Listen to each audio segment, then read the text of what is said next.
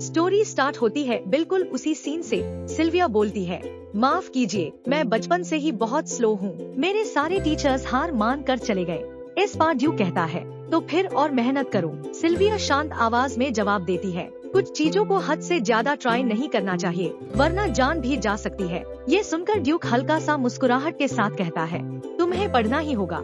इस बार सिल्विया तुरंत जवाब देती है, मैंने कहा ना, मुझसे नहीं होगा। ड्यूक बिना पीछे हटे ही कहता है, जब तक ना हो तब तक कोशिश करते रहो। इस बात को लेकर दोनों के बीच काफी देर तक बहस होते रहते हैं। आखिर में सिल्विया थोड़ी परेशान होकर कहती है, मैंने कहा ना, ये मेरी कैपेबिलिटी से बाहर है। लेकिन ड्यूक हार मानने वालों में से नहीं था। वो सिल्विया के पास आकर कहता है, अपनी पूरी कोशिश करो। जब मैं बैटलफील्ड में लड़ रहा होता हूँ, तब मेरी वाइफ कम से कम पढ़ना लिखना तो सीख ही सकती है। और अगर तुम किसी के घर में बिना रेंट दिए रहना चाहती हो, तो बदले में कुछ ना कुछ तो करना ही पड़ेगा। ड्यूक का बात सुनकर सिल्विया मन में सोचती है, इसकी बात भी सही है। अगर मुझे डचेस की जिम्मेदारियाँ निभानी है, तो पढ़ना लिखना भी सीखना होगा। लेकिन अगर मैंने इसकी हर बात मान ली, तो ये मुझसे और भी ज्यादा एक्सपेक्टेशंस रखने लगेगा। तभी ड्यूक सिल्विया का सा हल्का सा पकड़ कर कहता है, जब मैं वापस आऊंगा, अगर तब तक तुमने पढ़ना लिखना नहीं सीखा, तो उसके बाद क्या होगा, उसकी कल्पना भी मत करना। ये सुनकर सिल्विया बुरी तरह शॉक हो जाती है। वो अपना सा पकड़कर मन में सोचती है, ये तो सच में सीरियस है। फिर वो खुद से कहती है, फिलहाल इसकी वाइफ बनने का नाटक करना ही बेहतर होगा। बस कहीं ऐसा ना हो कि मैं सच में इसके प्यार में ही पड़ जाऊं। और सर को पकड़ के बोलती है, कितना अनफेयर है, लेकिन अब मेरे पास इसी के साथ रहने के अलावा कोई ऑप्शन नहीं। फिर हम कुछ टाइम बाद का देखते हैं। सिल्विया चेयर में बैठकर ड्यूक को देखती है। ड्यूक तो बहुत ही ज्यादा कंफर्टेबली सो रहा था। सिल्विया ये देखकर मन में कहती है, लेकिन एक बात पक्की है, मैं इसके साथ एक हाई बेड पर नहीं सोऊंगी। हालांकि इस तरह चेयर पर सोना भी बहुत अनकंफर्टेबल है। जब ब्रायना ने मेरा बेड छीन लिया था, तब भी मुझे इसी तरह सोना पड़ता था। और मन में कहने लगती है, अगर मेरी स्टेप मदर और स्टेप सिस्टर मुझे अब देखे, तो वो जरूर मेरे ऊपर हंसेंगे। और फिर पास्ट के बारे में याद करती है। सिल्विया की स्टेप माँ सिल्विया के ऊपर चिलेट ह्यू बोलती है, सिल्विया, क्या तुम अपने टेस्ट के हिसाब से खाना बना रही हो? क्या ये खाने लायक भी है? अगर मेरी मुलाकात तुमसे ना होती, तो मुझे इतनी बदकिस्मती का ये खाना नहीं पड़ता। सिल्विया बोलती है, लेकिन मैं तो सिर्फ सूप का पानी ही पीती हूँ।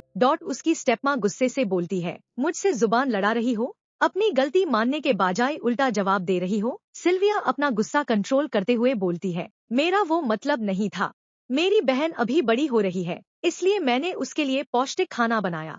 मैंने सिर्फ ब्रायना के लिए अच्छा सोचा था। और मन में कहती है, मुझे बहुत गुस्सा आ रहा है, लेकिन मुझे खुद को संभालना होगा। और बोलती है, मरने से पहले मेरे पिता मेरे लिए 3 चीजें छोड़ गए थे। और उसकी स्टेप माँ बोलती है, अगर तुम यहाँ ना होती, तो मेरी बेटी और अच्छा खा पाती। सिल्विया उन दोनों को देखते हुए सोचती है, मेरी स्टेप मदर मुझे बिल्कुल पसंद नहीं करती, और मेरी स्टेप सिस्टर बिल्कुल अपनी माँ जैसी है।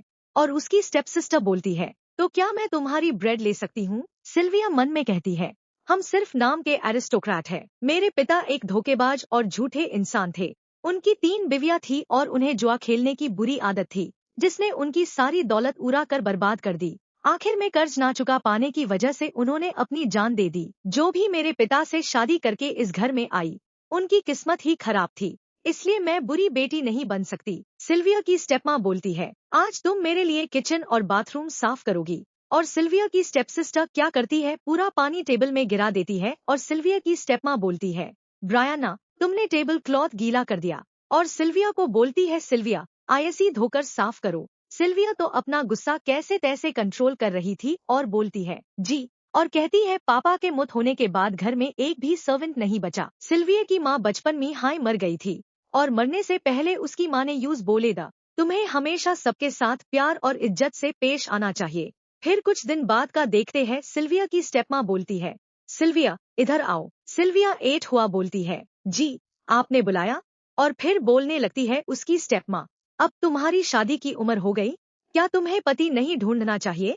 मैं तुम्हारे लिए एक बहुत हैंडसम आदमी को बुला कर लाई हूँ। और हम देखते हैं वो हैंडसम आदमी को, जो बिल्कुल ही उजरा हुआ चौहान था, हाथों में फूल लेकर आया था। वो आदमी बोलता है, हेलो मिस सिल्विया, आपसे मिलकर बहुत खुशी हुई। सिल्विया वो आदमी को देखकर मन में सोचती है, कहीं ये मुझे किसी बुद्धे गंजे आदमी को तो नहीं बेचने वाली। माँ, अब मैं इतनी सीधी और ये सब कुछ सहने वाली जिंदगी नहीं जी सकती। और सिल्विया को देखते हैं जो अपना रूम के अंदर कुछ कपड़े भरने लगती है और उसकी स्टेप सिस्टर आते हुआ बोलती है, तुम कहाँ जा रही हो? क्या तुम घर छोड़ कर जा रही हो? और झूठा आंसू जायरेट ह्यू बोलती है, मैं तुम्हारे बिना कैसे जीऊंगी? सिल्विया बोलती है, ब्रायना फिक्र मत करो, जब चाहो मुझसे मिल सकती हो, अब से अपना ख्याल रखना। और मन में कहती है, क्या बात है, एक नौकरानी चली गई, इस बात का इतना दुख हो रहा है? क्या तुम्हें लगता है मुझे तुम्हारे इरादे समझ नहीं आते? सिल्विया की स्टेप सिस्टर को देखते हैं जो गुस्से से चिलेट ह्यू अपनी माँ को बुलाने लगती है, सिल्विया वहीं रुक जा।